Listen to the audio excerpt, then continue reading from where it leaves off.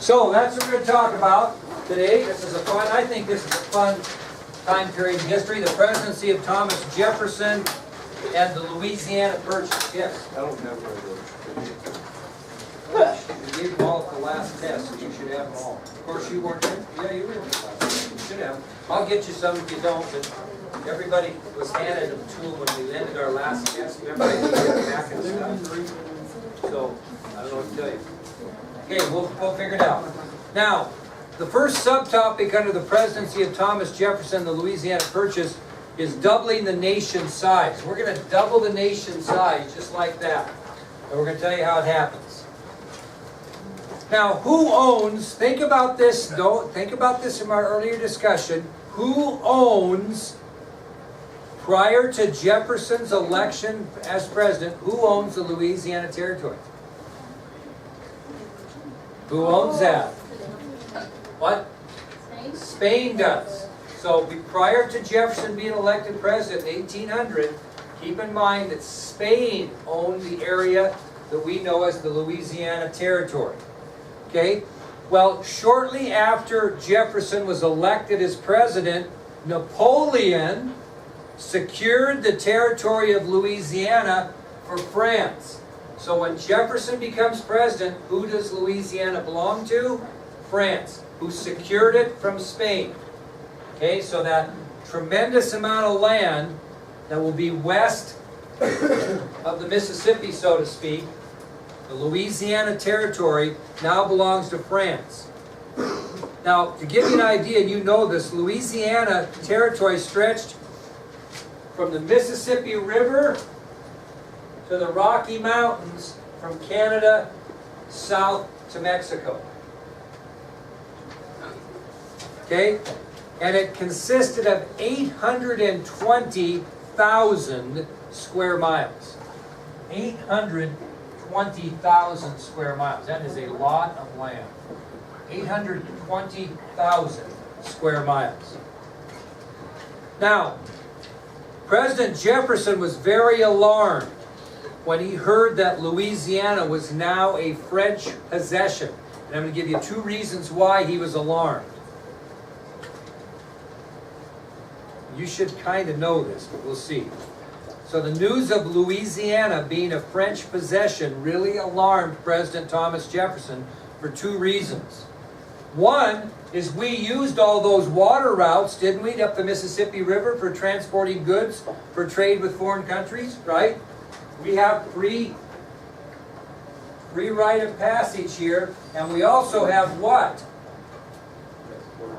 The right of deposit from who? That's the second thing that he's concerned about. First of all, with this being a Spanish possession, we have use of water routes for transporting goods to trade with foreign countries. The second thing he was alarmed about is we did have an agreement to use the mouth of the Mississippi, the right of deposit, with who? Spain, but not France. So all of a sudden we've lost that right of deposit because it's no longer a Spanish possession. So really, that waterway in the Mississippi now doesn't do us a lot of good. We're back to square one because we can't get out New Orleans and around to take things to the East Coast. Well, as a result of that, Jefferson sent another American minister, this time to France, to talk with Napoleon about the right of deposit. And he sent Robert R. Livingston to go. So because Jefferson was alarmed that this became a French possession, and now we no longer had the right of deposit at New Orleans, he sent one of his foreign ministers to France, Robert R. Livingston, to talk to Napoleon about the right of deposit. Now this is really quite a story here. If you don't know it, some of you might, because some of you are kind of history buffs. Well, not only did he send Livingston to talk to Napoleon about the right of deposit, he gave Livingston orders to offer Napoleon $10 million just for New Orleans and Western Florida. So right here, this just New Orleans and Western Florida, this area right here, he was to offer $10 million for that piece right there. Okay? 10 million for New Orleans and Western Florida. So, Livingston gets on the boat, so to speak. He heads over to France. He meets with Napoleon. He says, I'll give you $10 million, or we will, for the city of New Orleans and Western Florida that would guarantee American control of the Mississippi River.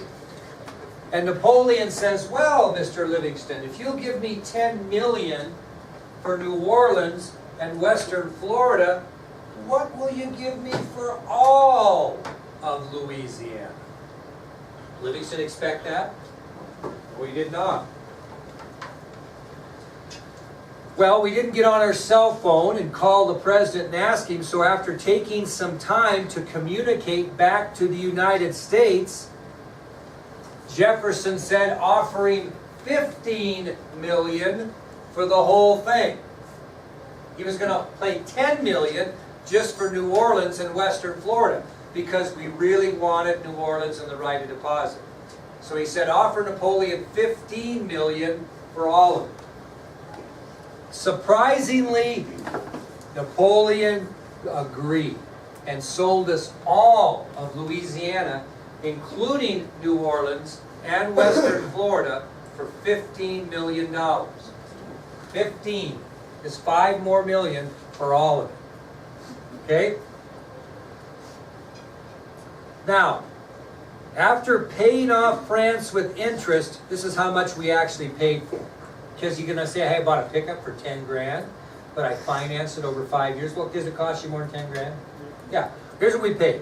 $27,267,622. We paid $27,267,622. Guess how much that was an acre? Huh? 3 cents. We paid 3 cents an acre for Louisiana. Can you believe that? 3 cents an acre. So after we paid off France with interest, the final amount for Louisiana was $27,267,622, which turned out to be 3 cents an acre. Why in the world did Napoleon sell us that, Taylor, for that? Why did he sell it so cheap? Why was he eager to get rid of it? What do you think?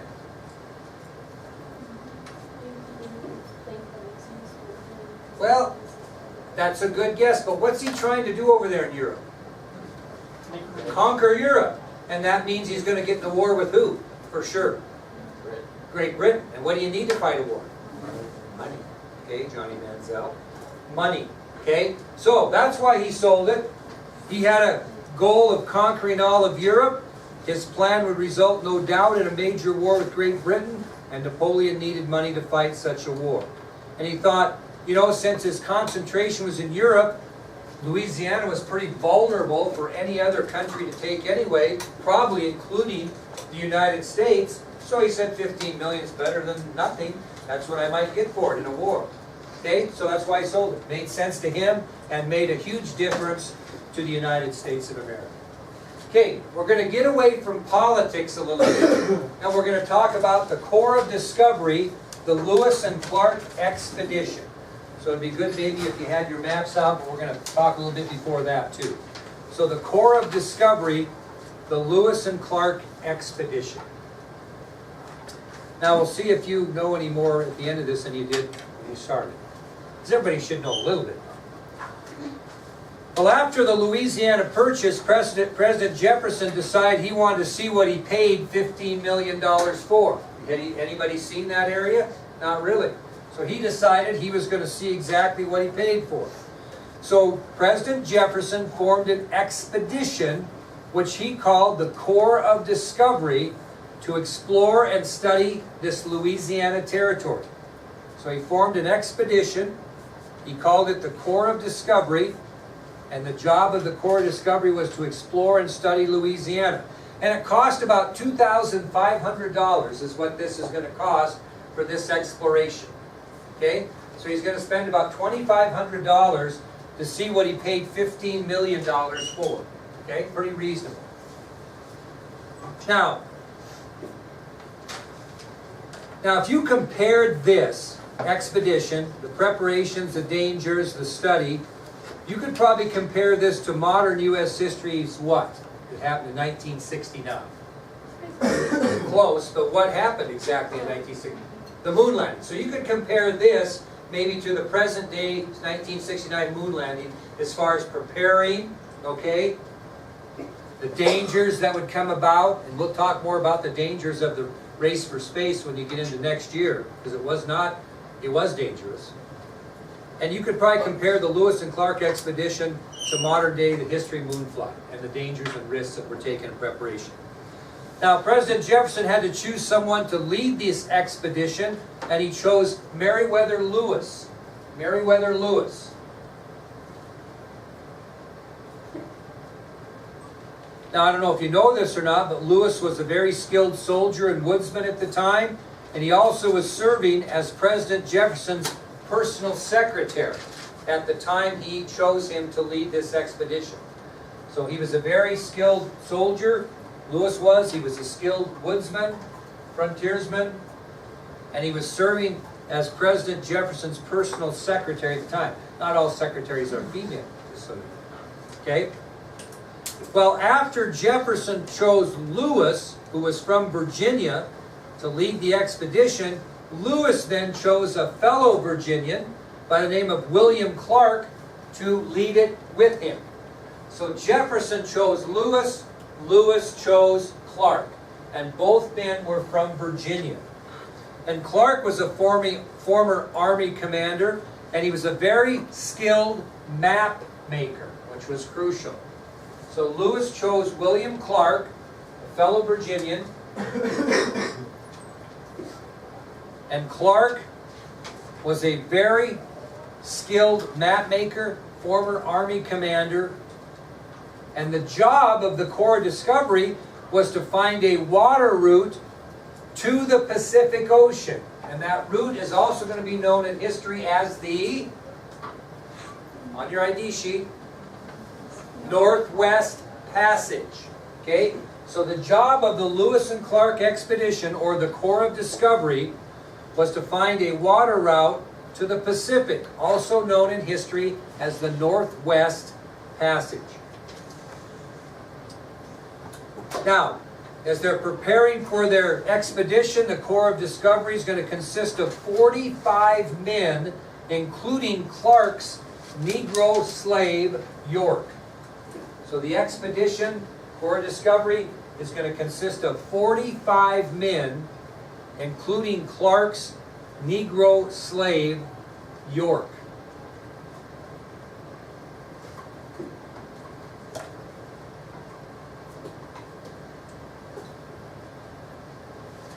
Okay, the expedition left the mouth of the Missouri River near present-day St. Louis, Missouri, in May of 1804. And when I get to a date, you might want to highlight that or star it so you can kind of follow through. Okay, so the expedition left the mouth of the Missouri River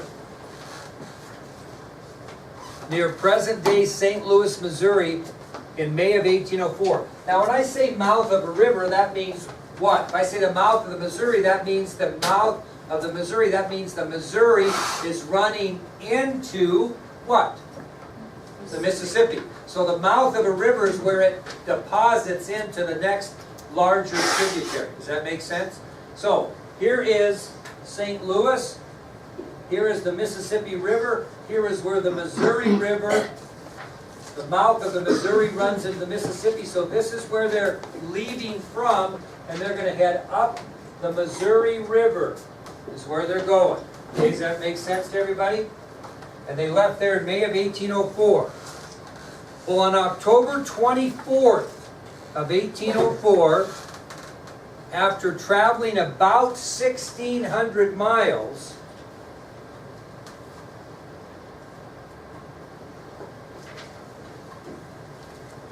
the expedition settled at the Mandan villages near present-day Mandan, North Dakota.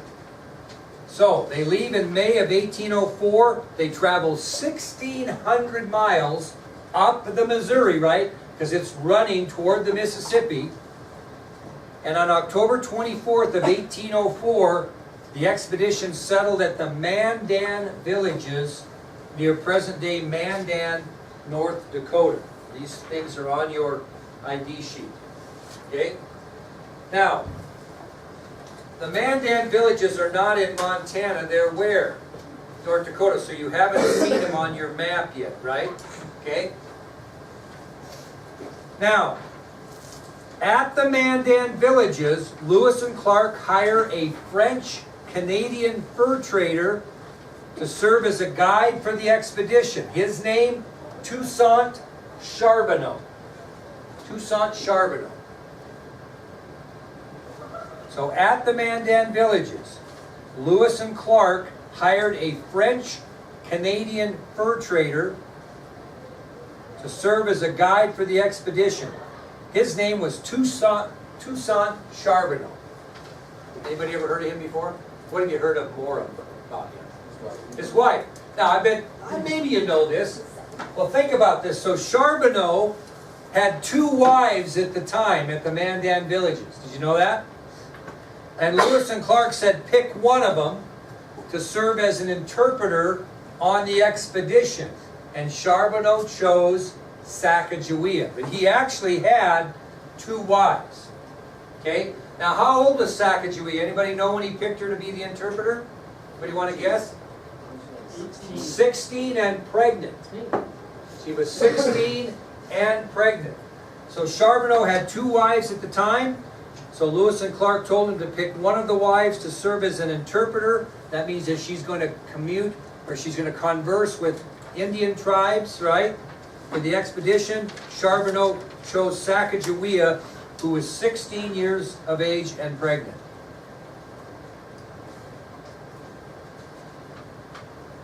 So what is the Lewis and Clark expedition going to do from October 24th, 1804 until April of 1805? What are they going to do? Stay there during the what? Winter. Well, during that winter that they stayed at the Mandan villages, on February 11th of 1805, Sacagawea gave birth to a son whose name was Jean-Baptiste.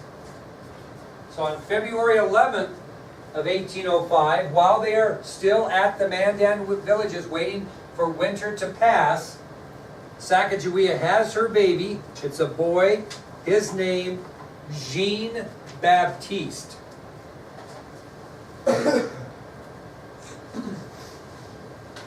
Okay, now I want you to picture this in your mind. As they reach the Mandan villages, which has what type of Indians there? Mandan Indians. The Mandan Indians are going to provide 3 important items for the expedition before they depart that spring.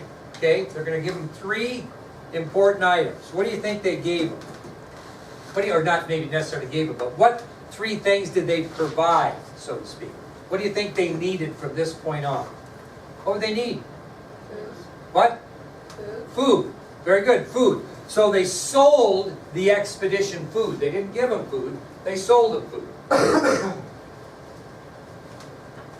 What else might they want to take with them that wasn't maybe... It's food, but it's got a different definition. What else would the Indians maybe allow the expedition to do with them during those winter months so they could take that with them? Hunt. Hunt what? What were they hunting there? What are Native Americans, what was their main hunting? What? Buffalo. So the Indians allowed the expedition to hunt buffalo with them. So they sold them food. They allowed them to hunt buffalo so they could take not only the meat, what else with them maybe? The hides, okay? And what else might the Indians give the expedition because they have no idea? Horses. Well, they didn't need any yet. They had their own. That's a good guess. They're going to get some somewhere. Women. No, you can't get anywhere with a bunch of women. They always want to stop and shop along the way, right? Actually, that's what I'm talking back in those times. The only woman they took was Sacagawea. And why did they take her? Because she could interpret. What else did they give them since they had no idea really what they were doing? Kinda. They gave them advice on their travels. how to get up the Missouri River, because where are they going? Where are they trying to get to? The Pacific. Okay, do they know where they're going? Do you think the Indians might have a clue of kind of where to go? Okay, so what the Mandan Indians provided the Lewis and Clark expedition prior to the departure that spring is they, 1, sold the expedition food, 2, they allowed the expedition to hunt buffalo with them, which allowed them meat and hides to take, and 3, the Indians gave the expedition advice on their travels up the Missouri. You think these Indians had been to the Pacific? No, but they knew how to get up the Missouri. Okay? So, the Lewis and Clark expedition leaves the Mandan villages in early April of 1805. They leave the Mandan villages in early April of 1805. And they're heading for the mouth of what river? Where that river runs into the Missouri. The mouth of the... No, not yet. Right here, the mouth of this river is about where this asterisk is, because you can see it about to come together. What's this river down here? The Yellowstone River. So, the expedition leaves the Mandan villages in early April of 1805, and they head for the mouth of the Yellowstone River, where the Yellowstone River runs into the Missouri River. When they got to the mouth of the Yellowstone, the keel boat that they had brought up the Missouri was sent back to St. Louis with 12 of the men. When they reached the mouth of the Yellowstone, that keel boat that they were using was sent back to St. Louis with 12 men. What did they send those 12 men with?